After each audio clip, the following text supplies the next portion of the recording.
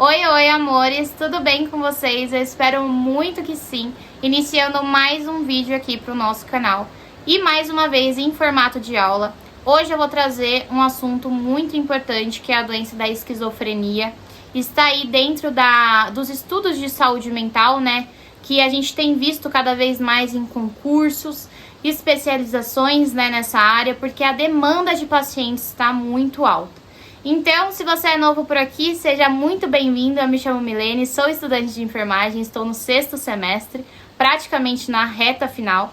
Já deixa o seu like, se inscreve aqui no canal, que me ajuda muito. E depois dessa aula, comenta se você gostou, se ficou alguma dúvida, que eu trago tudo aqui para vocês, tá bom? Então, vamos lá hoje, junto comigo, falar deste assunto que é muito importante, que nós profissionais temos que saber avaliar um paciente nessas condições. Lembrando que todos os meus estudos aqui trago para vocês da faculdade, né? Então é um material bem completinho para vocês estudarem também para as provas de vocês. Aqui abaixo na descrição tem um link que é totalmente gratuito com todos os meus materiais de estudos. Então aproveitem, tem bastante tema, bastante assunto para vocês verem, tá bom? E vai estar aqui disponível para vocês. Então, bora lá! Coloquei o microfone aqui por conta da chuva, não sei se vai alterar alguma coisa para vocês, tá bom? Mas se vocês escutarem um barulho de fundo é por conta disso. Vamos começar falando então sobre o aspecto da esquizofrenia. Ela abrange tanto a esquizofrenia em si, como doenças, transtornos psicóticos e também esquizotípicos. Quando a gente avalia esses pacientes dentro do aspecto da esquizofrenia, a gente avalia também 5 domínios muito importantes que a gente deve saber. São os delírios, alucinações, sintomas negativos e desorganização na fala e desorganização motora. Tá? Então tem que lembrar desses 5. Antes da gente ir para as características da doença e tudo mais, eu preciso falar sobre um fato histórico muito importante, né? Vocês vão ver que eu vou trazer tudo de forma objetiva, mas tudo que eu falar aqui para vocês é necessário a gente saber, tá bom? Nós, enfermeiros e estudantes, para as provas e concursos também. No contexto histórico, Emil, né? Vou deixar o nome direitinho passando para vocês, mas Emil ele define esse tipo de doença como demência precoce, por conta que afetava muitos indivíduos jovens de forma progressiva e irreversível. Já Eugênio, em 1911, redefine, né, demência precoce para a esquizofrenia, que a gente conhece hoje, que significa a divisão da mente. Então, vamos falar agora um pouquinho da esquizofrenia em si. Ela é uma das doenças crônicas mais incapacitantes que afeta esse indivíduo e ela afeta 1% da população, tá? Vou deixar as estatísticas passando tudo bonitinho para vocês, mas 1% da população é afetada por essa doença, além dos fatores consanguíneos, que aumenta aí essa possibilidade para 10%. Já falando disso, vamos para os fatores etiológicos, ou seja, os fatores que causam essa doença no indivíduo. A gente tem os fatores psicológicos, alterações, né, psicológicas que esse paciente tem ao decorrer da sua vida, onde ela pode adquirir. A gente tem os fatores sociais e os fatores hereditários, que, como eu falei para vocês, vamos relembrar aqui, parentes consanguíneos aumentam essa taxa para 10%, tá bom? Além disso, a gente também precisa falar que dentro, né, da esquizofrenia, a gente tem uma alta taxa de suicídio, onde 5% desses pacientes, eles cometem o suicídio e 20% continuam tendo essa idealização suicida. Tá? Então, a gente tem que estar com um olhar bem atento a esses pacientes. Quando a gente fala da esquizofrenia, a gente tem 4 fases. Primeiro, a gente tem a fase pré-mórbida, que é o início da doença. Nessa fase, a gente vai analisar no paciente o retardo tanto da fala quanto motora. Já a segunda fase, que é a fase prodrômica, a gente vai ter a evolução dessa doença, né, sintomas mais visíveis, onde a gente vai ter a alteração de humor desse indivíduo, vai ter também o primeiro episódio psicótico desse indivíduo, além de analisar nele uma depressão, que a gente entra com os antidepressivos, mas não é tratável, tá? Então você vai ver que a pessoa vai ter uma depressão que ela não consegue estabilizar mesmo com os antidepressivos.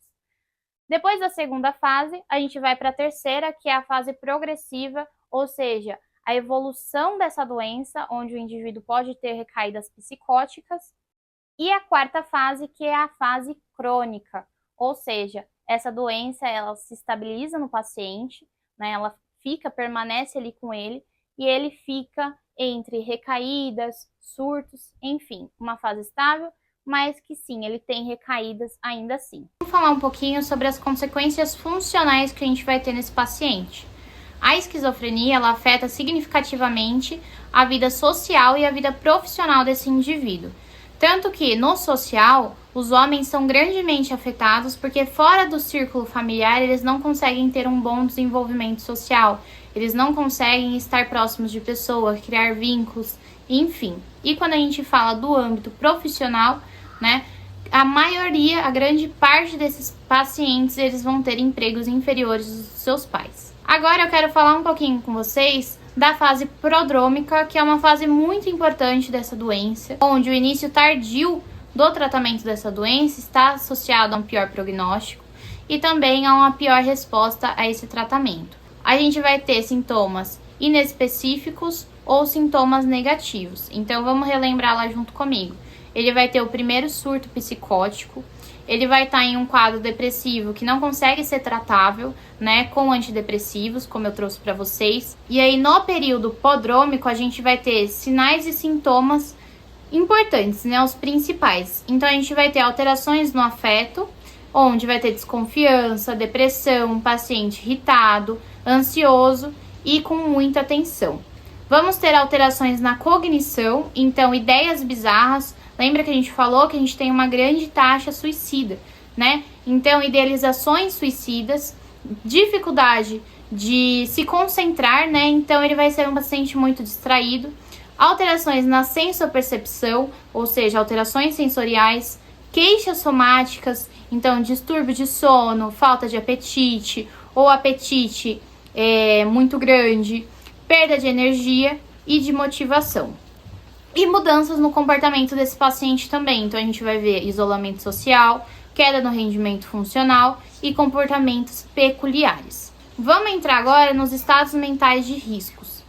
Estados mentais que a gente tem que estar de alerta são sintomas positivos, breves, intermitentes, limitados e atenuados. Tá? Em um paciente muito agitado, você vai perceber esses sintomas positivos. Risco genético e deteriorização recente. A gente tem as classificações do DSM, mas logo a gente tem a abolição deles. Então vou deixar passando para vocês a tabela do DSM para vocês terem, mas saibam que foram abolidos esses subtipos da esquizofrenia, porque não apresentava validade e não refletia, né, diferenças significativas no curso dessa doença. Agora, uma classificação que a gente tem que ter aqui, ó, na ponta da língua, que cai muito em prova, concurso, enfim, você como profissional da saúde tem que saber também, é o CID-10. A gente comentou na aula passada e agora eu trago para vocês no âmbito da esquizofrenia, que é o F20. O F20, gente, é o F da esquizofrenia, tá? Então, viu o F20, lembra de esquizofrenia. E aí eu vou falar um pouquinho brevemente para vocês de algumas categorias que a gente tem dentro do F20, começando pelo F20.0, que é a esquizofrenia paranoide. Depois a gente tem o F20.1, F20.2, que é a esquizofrenia catatônica,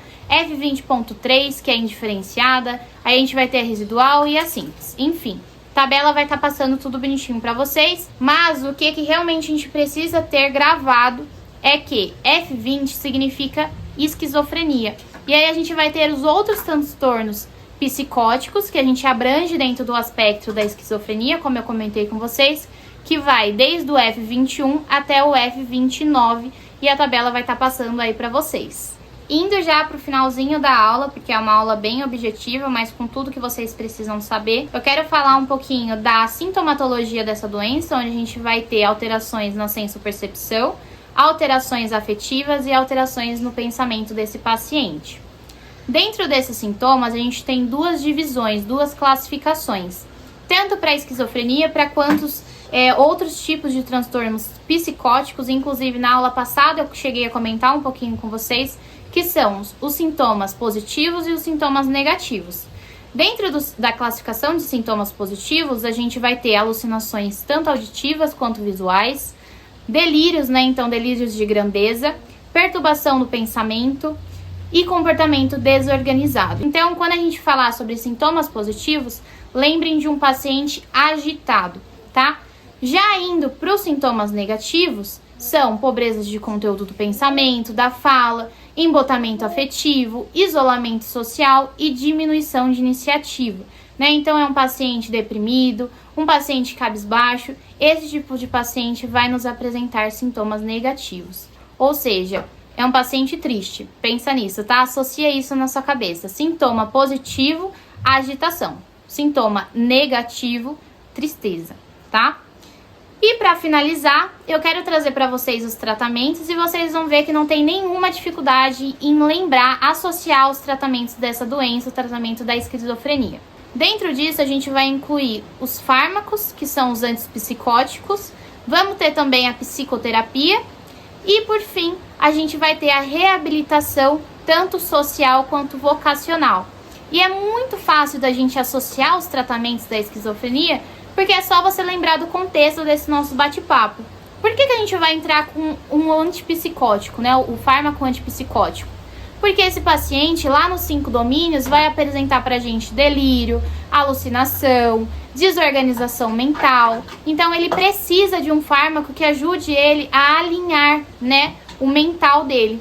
A psicoterapia, gente, assim como em qualquer outro transtorno mental, ela vai entrar como um tratamento a longo prazo, né? Um tratamento que esse paciente ele vai ter que seguir para ele se manter estável, né? Então é muito importante esse paciente passar com psicólogo e passar com psiquiatra também, para a gente ter a evolução desse quadro.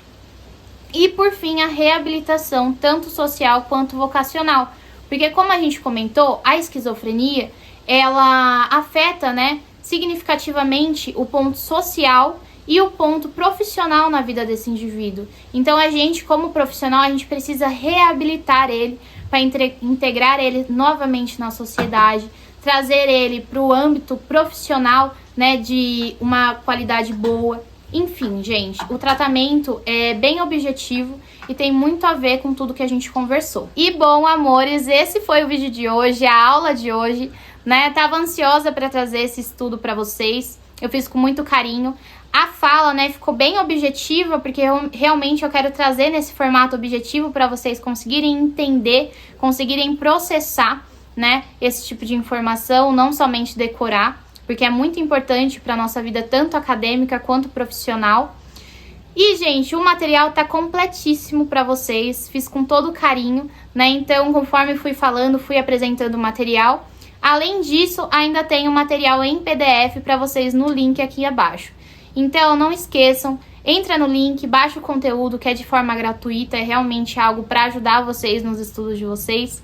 Se vocês gostaram, não se esquece, deixa o seu like, se inscreve aqui que me ajuda muito. Além disso, amores, eu peço para vocês que vocês comentem aqui embaixo se vocês estão gostando da aula, se vocês estão gostando desse estilo de vídeo que eu tô trazendo com muito carinho aqui para vocês. Eu gosto muito quando vocês me dão essa devolutiva, porque assim eu gravo cada vez mais conteúdos e disponibilizo para vocês também, tá bom? Mas é isso, um beijão e até o próximo vídeo.